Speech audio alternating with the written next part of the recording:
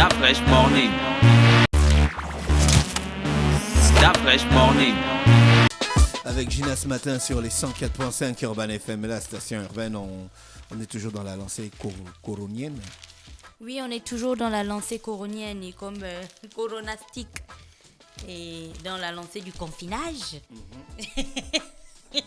Non, c'est le confinement, s'il vous plaît. On dit confinement, pas le confinage pour commencer. Bah, si tu veux dire confinage, tu dis confinage. C'est censé que les gens sachent ce que tu veux dire. C'est quoi? Combien la polémique en ce moment, on dit le Covid, la Covid. C'est pas important. Bah si, c'est important. D'après, le seul truc important, c'est que tu dises la Covid, le Covid, ça contamine de la même manière. Donc, le problème est où? Que tu dises la confinage ou le confinement, bah, tu restes toujours chez toi. Donc, il n'y a pas de... C'est le plus important. Voilà, le plus important, c'est que tu respectes ça, en fait.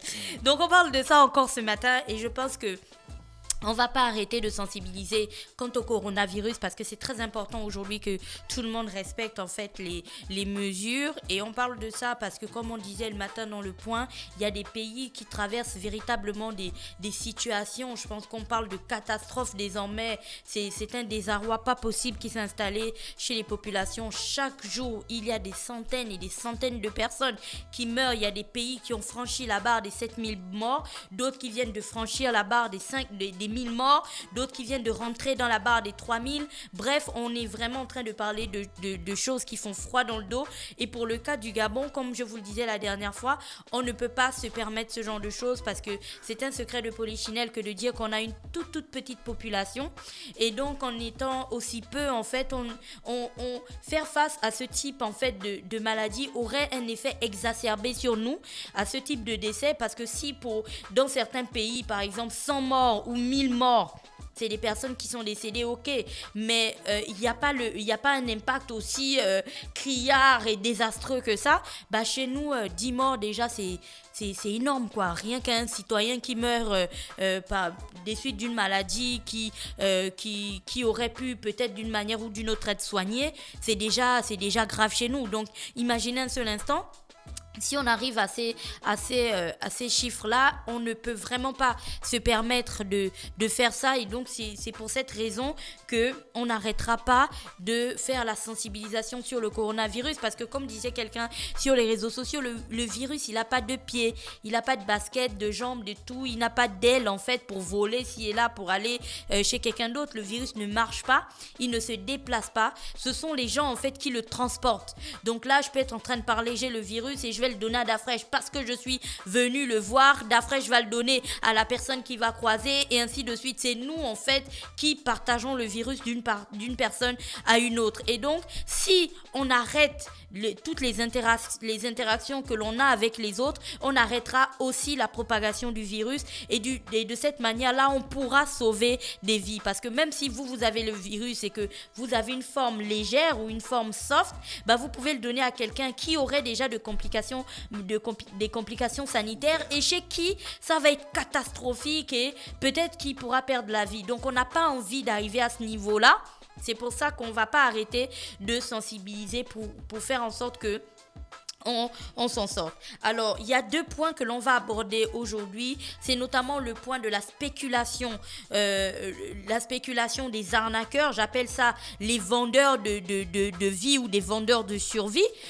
Donc, on va parler de cette spéculation et on va aussi parler du respect des distances, en fait, des distances de 1 mètre. Et donc, parlons de la spéculation des vendeurs. Vous vous souvenez qu'on avait un arrêté, l'arrêté numéro 073 qui fixait les prix notamment des gels et ainsi de suite pour qu'il n'y ait pas une flambée en fait, parce que dès qu'on a commencé à parler du premier cas de coronavirus au Gabon, des gens commençaient à vendre des gels qui à 8500, qui à 6500, qui à 10 000. C'était pas possible du tout parce qu'en faisant ça, on mettait à côté certaines familles qui ne pouvaient pas du tout se permettre en fait d'acheter ces produits-là, et c'est comme si on vendait la vie en fait au plus offrant. Alors tu as de l'argent, ok, tu peux t'acheter une protection. Tu n'as pas d'argent, vas-y, attends que le corona vienne te trouver chez toi. Non, et ce n'était pas bien, et donc le gouvernement a pensé à un arrêté pour fixer les prix.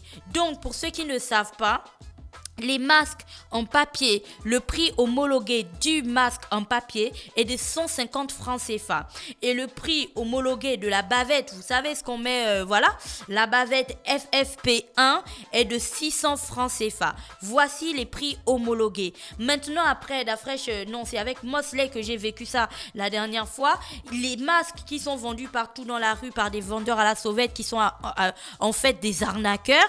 Les masques qui doivent être vendus, donc les masques en papier qui doivent être vendus à 150 francs sont vendus 500 francs CFA. C'est de l'arnaque. Le point numéro 2, les bavettes FFP1 qui doivent être vendues à 600 francs sont vendues de 1000 à 1500 francs CFA dans la rue, donc par des arnaqueurs. Donc si vous voyez ça, ne les achetez pas et comme on disait hier, dénoncez-les parce qu'on ne va pas en fait fonctionner dans un pays, avoir l'impression que c'est un pays de non-droit, juste parce qu'on est rentré dans une période où on est un petit peu affaibli par la maladie. On ne peut pas continuer, on ne peut pas même pas continuer, on ne peut pas se permettre en fait d'encourager ce genre de choses. Donc il faut prévenir, il faut dénoncer les vendeurs qui se rendent coupables de ce genre de choses. Ensuite, l'autre point, ce sont les prix des gants de chirurgie.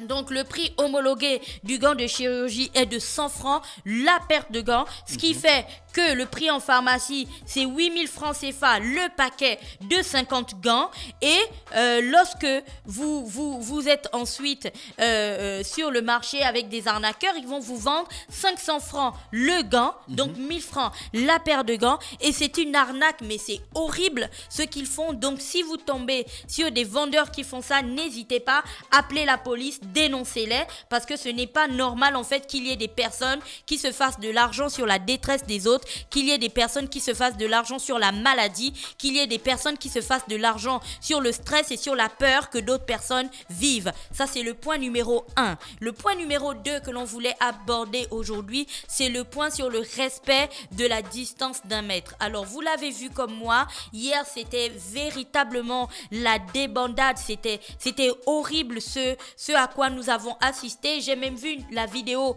d'une dame qui était carrément aux prises, tu vois, c'était une bagarre physique avec un agent de sécurité d'une banque parce qu'elle voulait absolument rentrer et l'agent apparemment est en train de lui dire qu'elle devait attendre son tour et donc elle avait, les chaussures étaient de tous les côtés, elle poignait l'argent, c'était vraiment horrible. Donc hier dans les banques, il y a eu tellement de personnes qui voulaient absolument prendre leur argent au même moment que personne n'a respecté la distance réglementaire de 1 mètre. Alors partout c'était le même scénario, on a reçu énormément de photos, énormément de vidéos. À ce moment-là, comme on le disait hier, l'argent c'est bien, mais la santé c'est mieux parce qu'à ce moment précis, on ne sait pas en fait, étant donné qu'on n'a pas fait des tests à grande échelle, on ne sait pas s'il y a des personnes entre celles qui venaient chercher de l'argent qui sont contaminées, celles qui ne sont pas contaminées. Bref, tout le monde était là à respirer en fait, à parler, donc à postillonner ci et là. Chacun a au moins reçu sur lui des émanations en fait de la salive d'une autre personne ou alors quelqu'un a éternué à gauche, l'autre a toussé à droite. Bref, hier c'était carrément critique et c'était grave ce à quoi nous avons assisté. Et je sais pas pour vous, mais j'ai reçu ensuite l'arrêté numéro 000171/MI, donc MI pour ministère de l'Intérieur, fixant les mesures de distanciation entre les personnes dans les services ouverts au public.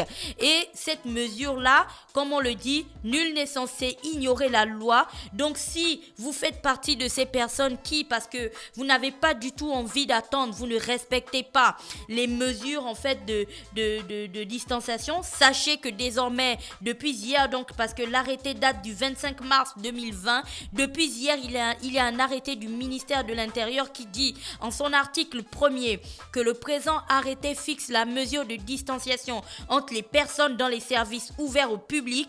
L'article 2 dit que pour compter de la date de signature du présent arrêté, la distance à observer entre usagers dans les services ouverts au public est de 1 mètre minimum. Et l'article 3 dit qu'au sens du présent arrêté, on entend par service ouvert au public tout service offrant des prestations au public. Il s'agit notamment des services de la Société d'énergie et d'eau du Gabon, la SEG, les services des banques, les officines pharmaceutiques, les administrations publiques et privées, ainsi que l'ensemble des commerces et surfaces d'alimentation recevant du public. Donc, si vous allez à Mbolo, à Sekado, à Prix-Import, à Saint-Gel, peu importe où vous allez et vous ne respectez pas la distance de 1 mètre, sachez que l'article 4 dit que la violation de la présente disposition ou tout comportement de nature à compromettre la mise en œuvre des mesures prises sera considéré comme constitutif du délit de mise en danger de la vie d'autrui, conformément à l'article 384 du Code pénal et expose leurs auteurs à des poursuites judiciaires. L'article 5 rappelle que le commandant en chef de la gendarmerie nationale et le commandant en chef des forces de police nationales sont chargés, chacun en ce qui les concerne, de l'exécution du présent arrêté. Et on finit avec l'article 6 qui dit que le présent arrêté qui prend effet à compter de sa signature sera enregistré, publié au journal officiel et diffusé partout où besoin sera. L'arrêté a bien été signé le 25 mars 2020, donc c'était hier, pour vous rappeler à tous que toutes les personnes qui sont dans les banques aujourd'hui, dans les magasins, dans les centres où ils vont payer leurs factures et ainsi de suite, retenez que vous devez garder une distance d'1 mètre entre vous. Alors si vous êtes comme moi et que vous ne savez pas en fait ce que représente 1 mètre, tendez, parce que moi j'ai un tout petit bras, tendez 2 fois le bras, et si vous arrivez à tendre 2 fois votre bras, j'ai un tout petit bras, si vous arrivez à tendre 2 fois votre bras, vous pouvez vous dire que ça fait 1 mètre. Ça fera certainement un petit peu plus, mais c'est toujours mieux d'avoir plus que ce qu'on a demandé que de se trouver dans une situation où on ne respecte pas ce que la loi a préconisé. Et donc pour les papas et les mamans et toutes les personnes qui étaient dans les banques hier,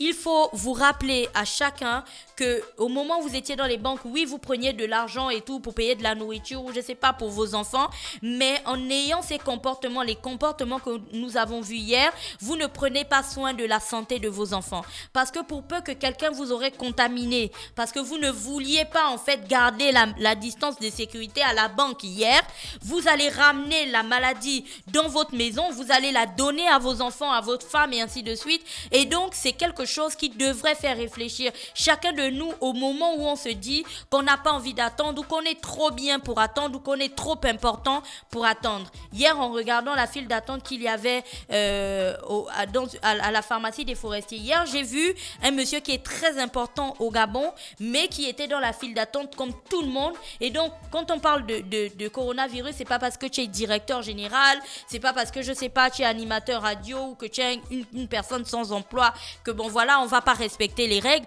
Tout le monde respecte la distance de 1 mètre parce que la maladie ne touche pas uniquement les gens qui sont fauchés ou les gens qui ont de l'argent, ça touche tout le monde. Et donc si ensemble on se dit qu'on respecte les normes et les mesures de distanciation, notre situation ne va pas s'empirer comme celle de l'Italie ou celle de l'Espagne d'ailleurs, à qui on apporte tout notre soutien, enfin on leur envoie toutes nos pensées. Mais il faut se dire que nous on peut pas faire face à ce genre, on ne peut pas se permettre de faire face à ce genre de situation catastrophique où en 24 heures on enregistre près de 700 morts.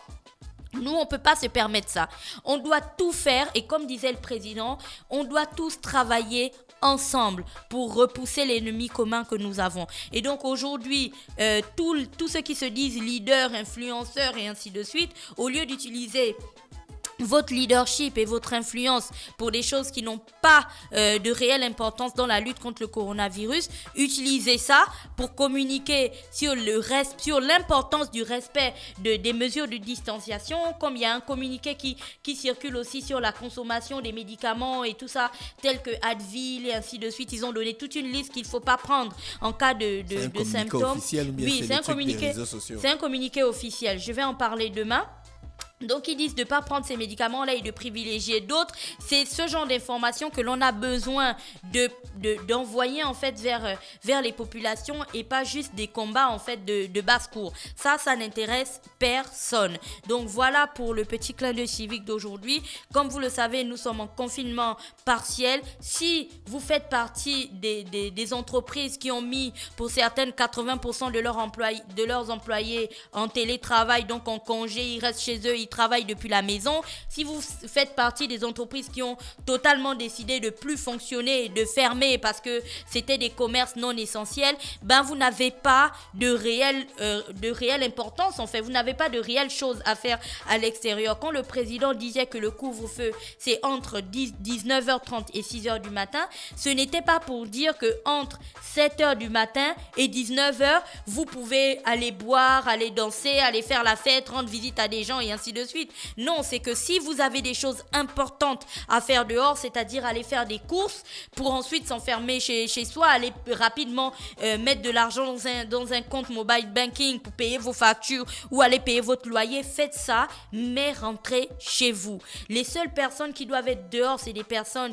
qui sont obligées d'être dehors, les agents de sécurité, les personnels des entreprises comme la SEG, tu vois, les métiers techniques, l'électricité, l'eau, internet et ce genre de choses. Si vous n'avez pas d'utilité, rentrez chez vous, quoi. Ça sert à rien d'aller flâner, tu vois, comme hier, il y a des gens qui étaient assis sur les bancs de Mbolo, ils mangeaient des croque-monsieur tranquilles, ils sirotaient un petit jus. C'est dangereux, en fait. Votre attitude est dangereuse. Et si on continue à faire ça, ben, on ne va pas s'en sortir. Et donc, c'est une sensibilisation de masse qu'il faut, mais aussi une prise de conscience de masse. On ne va pas faire comme dans d'autres pays où on tape les gens et tout ça pour qu'ils rentrent chez eux, machin, on donne des coups. Non, on n'est pas comme ça. On se dit qu'on est tous réfléchis. On parle de près de 90% de taux d'alphabétisation au Gabon. C'est connu, c'est un secret de polichinelle que tout le monde va à l'école au Gabon. Donc en réalité, tous les messages qui sont envoyés, tout le monde comprend ces messages. Pour ceux qui ne comprennent pas, il y a des gens qui expliquent encore le message pour que ce soit compréhensible pour tout le monde. Donc, arrêtons de faire les faux, tu vois, les faux révolutionnaires, les faux du style, ouais, non, moi, je fais pas le confinement, blablabla. Non. À ce moment précis, on a besoin de la coopération de tout le monde. Donc, restez chez vous si vous n'avez rien d'urgent à faire à l'extérieur. Et si vous êtes dehors, respectez la distance les normes de distanciation, donc la norme de distanciation de 1 mètre minimum. Et si vous êtes dans la rue et qu'on vous vend un masque à 500 ou à 1000 francs ou à 1500 et une paire de gants à 1000 francs, ben appelez la police, dénoncez-les et juste après, rentrez chez vous. Voilà. Merci Gina qui est avec nous ce matin sur les 104.5 Urban FM, la station urbaine dans le petit clin d'œil civique. Restez connectés, on se retrouve juste derrière. Stop Fresh Morning.